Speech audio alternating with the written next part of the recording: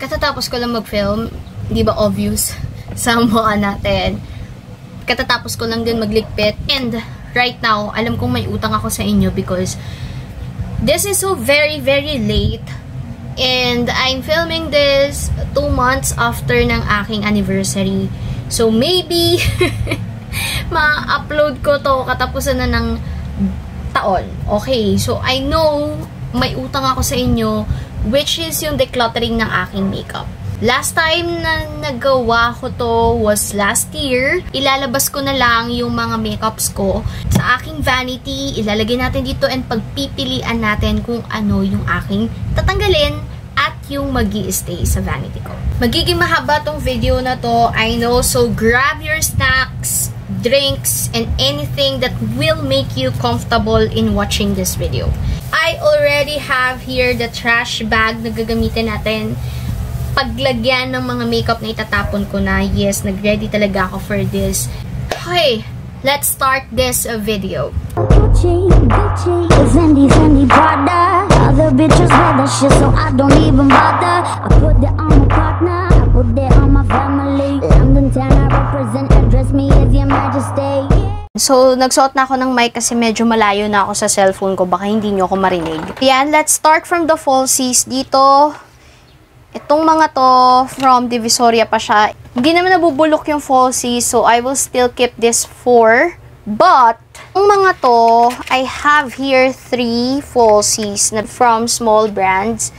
And, ito hindi ko naman siya magagamit dahil kung nakikita ninyo, ang pangit na ng itsura niya. And, hindi na ito yung falsies na gusto ko. Hindi ko siya bet. So, bye. Ito naman, I like the style. But, hindi na ako maganito ngayon eh. Alam mo yun? Do I need this? I'm gonna keep this. Kasi ang ganda nung ano niya. And, wala pa akong ganitong klase ng falsies. I like this style also. Ayan, kung makikita ninyo. So, yeah. I think I'm gonna keep this as well. This, naglabas na ng bagong ganito yung Everbelena. And matagal na to sa akin. Graduation ko pa lang ng senior high na sa akin na siya. So, bye.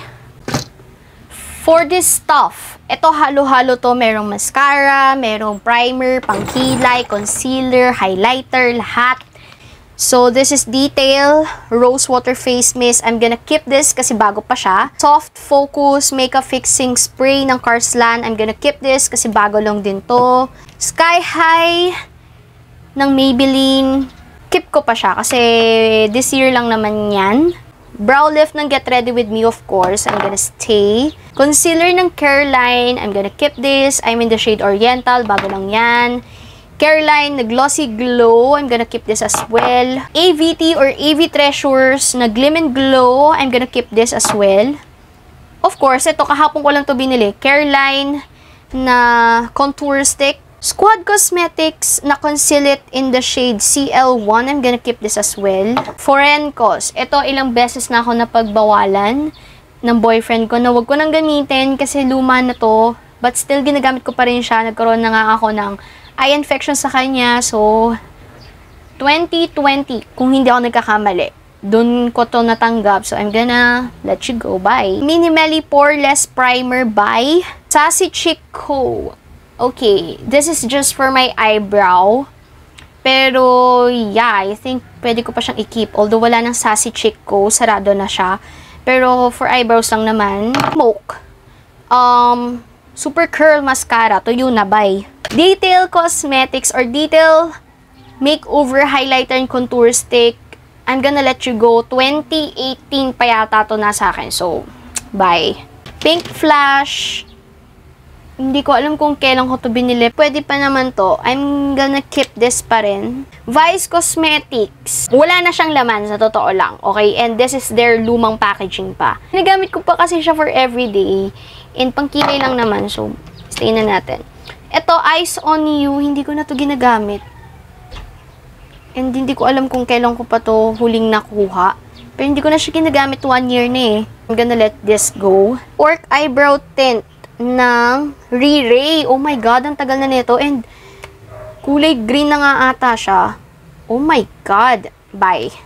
Ito bago lang, Shawil na Amazing Curls Mascara. Careline na Eye Fiber Brow Gel. Stay. I'm in the shade Ash Brown. All Cover Concealer ng, nakalimutan ko to, Mini Melly. Bago lang to eh, so stay ko lang to. Bago lang tong dalawa. EB Pro Studio Finish Brow Pen. I like this. Verbelena Plus Supercharged Liner Lash Serum. Lash Serum. I'm gonna stay with Retro Bio Brow Pomade. Hindi ko alam kung okay pa siya. Okay. Goods pa siya. Deep Brow Pomade ng Salosca Cosmetics. Stay. Bubbly Skin. Tigas na siya.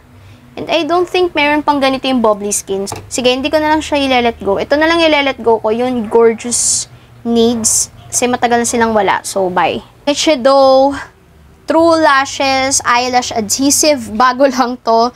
Nang nagsisimula na ulit ako magbalik loob sa pag-makeup. Hindi ko to i-let go. Meron pa pala ako dito from Vice, yung Aqua Grip nila. Bago lang to, kabibili ko lang kahapon. So, stay. So, bago lang din nila to. This is their new Aura collection na contour. Ang shade is Toasty Cocoa. Siya yung gamit ko sa face ko kanina. Nakalimutan pala ako. Ito, Detail Super Liner in the shade Mocha. Bago lang to. So, stay. Okay.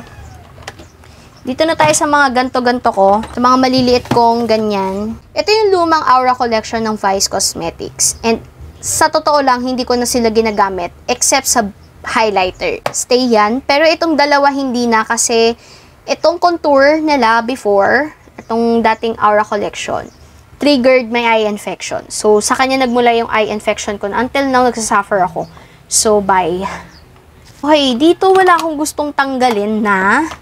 Kasi goods pa naman silang lahat. Okay, for this one, ito lang yung tatanggalin ko. Yung Detail Mineral Press Powder. Hindi ko na sasabihin kung bakit. It's obvious. The rest, bago lang. Yung shadow, paubos ko naman na. So, I will still hold onto this. Focal Lure. Ginagamit ko pa naman siya. Uubusin ko na lang. And bago lang. Ginagamit ko for filming. My God, parang walang natanggal. For this side naman, this is eyeshadows. Yung mga eyeshadow ko dito bago lang. Itong Careline, hindi ko pa ito nagagamit. So, I will still stick onto this. Hamish Dilism Eyeshadow Palette in Nude Rose, bago lang. This eyeshadow palette, bago lang. And this one as well, bago lang to. And Hamish Artless Perfect Cushion, kung di ako nagkakamali. This is in the shade 21. Okay, this one, matagal na to sa akin. Everbelena na EB Matte 2-Way Cake nila. Nag-change na sila ng packaging. Although, meron pang laman. Pero, I'm gonna let this go. Kasi sobrang itim yan sa akin, girl. EB Advanced Face Trio. I will still hold on to this dahil maganda yung blush. And yung highlighter, hindi ko masyadong nagagamit as well as the contour. Pero, hold on. Okay. For this side of my vanity, lahat to tatanggalin ko na sa aking collection. Meron pa pala ako natira sa powder. Both of this, ikikip ko kasi ito paubos na. So, inuubos ko na lang. And, ito naman, Careline, bago lang. For this side naman, may sentimental value din to sa akin. But I'm not gonna keep this. I'm gonna let go of this too. Pangit yung packaging. To yun na. Squad Cosmetics in the shade Gleeful. I have a lot of blushes na mas madaling gamitin compared dito. So, bye. The contour is easy to blend pa. So, I'm gonna still work with this. Soft Touching Blush ng Celestco. Stay. EB Matte. Color Stain. Stay. John Lauren Beauty. Deep and Glide. Eyebrow nila to. Medyo may problema ako sa kanyang formula. Ayan, as you can see. Nag-try akong mag-scrape sa kanya to see if meron pa ba to. And voila. Ayan. Meron pa siya. Pero hindi ko na kasi siya madalas ginagamit. Pero yeah, na-scrape ko na siya. So, I think pwede pa to. Mimosa Cosmetica by Careline Multi-Pot in the shade Magic Spell. Stay. Pillow Pop, of course. Bigay sa akin ito ng Everbelena. Stay. Sassy Pat. Wala nang sassy chick ko, so bye. Everbelena Blush Rush in the shade Toast of New York. Stay, bago lang yan. Get Ready With Me, yung first launch nila ng multi-use creamy tint. or yung milk tint nila. I will still keep this. SGJ Cosmetics by Pink Flush Stay 4K Beauty Essentials by Soap Brows ng John Lauren Beauty. Hindi ko na to nagagamit kasi nga nung nagkaroon ako ng Get Ready With Me, siya na yung ginagamit ko, but this will stay. Nakalimutan ko na yung brand nito, but ginagamit ko pa rin naman siya, so I'm gonna keep this as well. Alright, for the base, ito lang yung base na meron ako kasi hindi na ako foundation na tao. Maybelline Matte Plus Poreless 2018 pa yata to na sa akin, or 2019 na siya okay for me to keep, so buy. Minimally Skin Serum buy, kasi matagal na rin to. Retrobia, although pangit yung packaging niya, pero Retrobia to, okay? Maganda to, and bago lang siya sa akin. Squad Cosmetics, bago lang din to. Nagagamit ko pa siya. Shawil BB Cream, bago lang yan.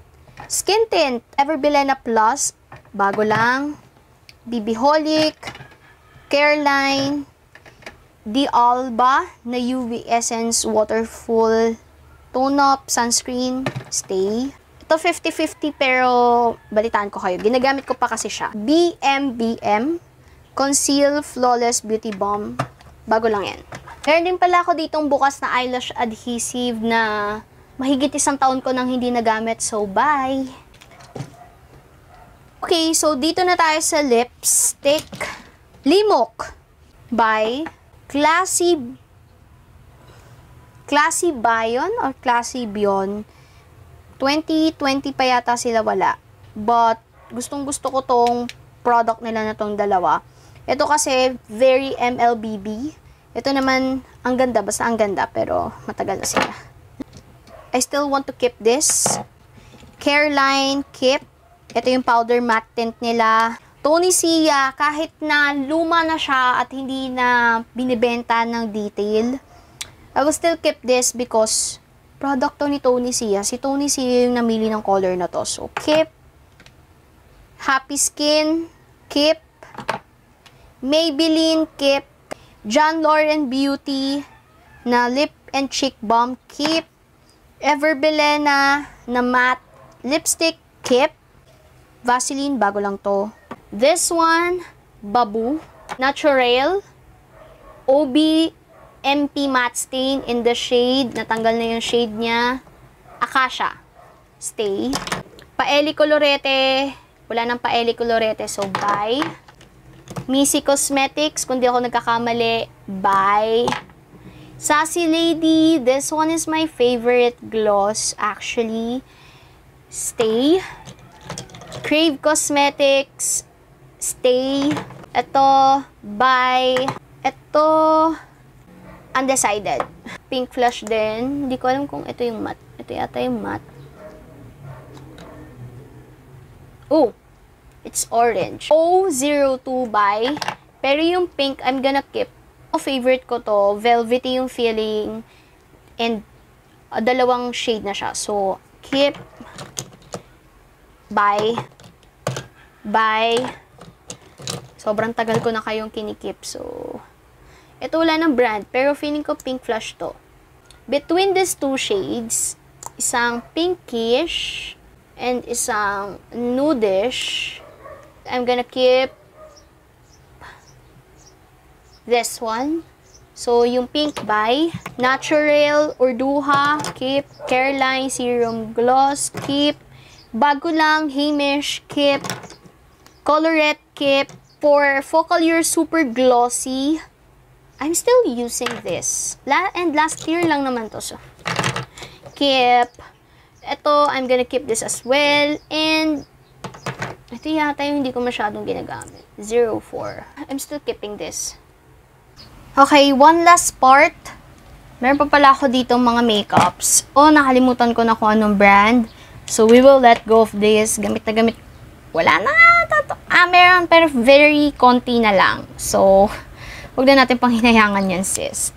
Winged eyeliner ng AV Treasure. Stay. Let go ko na to. Buy. Hindi ko alam. Freebie lang yata to sa order ko. Hindi ko alam. Marami pa kasi siyang laman. Stay.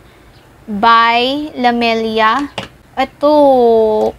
sensitive na kasi yung mata ko, although napakarami niya pang laman. I'm gonna keep this pa rin. Ito, nag-iisang lip liner ko. This is from Detail Cosmetics. Nakalimutan ko na yung shade by eyeliner. Wala akong masyadong eyeliner. Sa totoo lang. I'm gonna still keep this. Alright, so yun na lahat ang na-declutter natin. And actually, mabigat na yung trash bag. Hindi ko na siya mahaangat at mapapakita sa inyo. But fortunately, yun na lahat ng gusto kong itakwil sa aking makeup collection. And don't worry guys, hindi man ako ganun ka-active sa YouTube na, but I am active, more active sa ibang platforms. Yeah, thank you so much guys for watching this decluttering video. Don't forget to follow me on my social media accounts listed down here. Bye! See you guys on my next one. Gucci, Fendi, Prada. Other bitches wear that shit, so I don't even bother.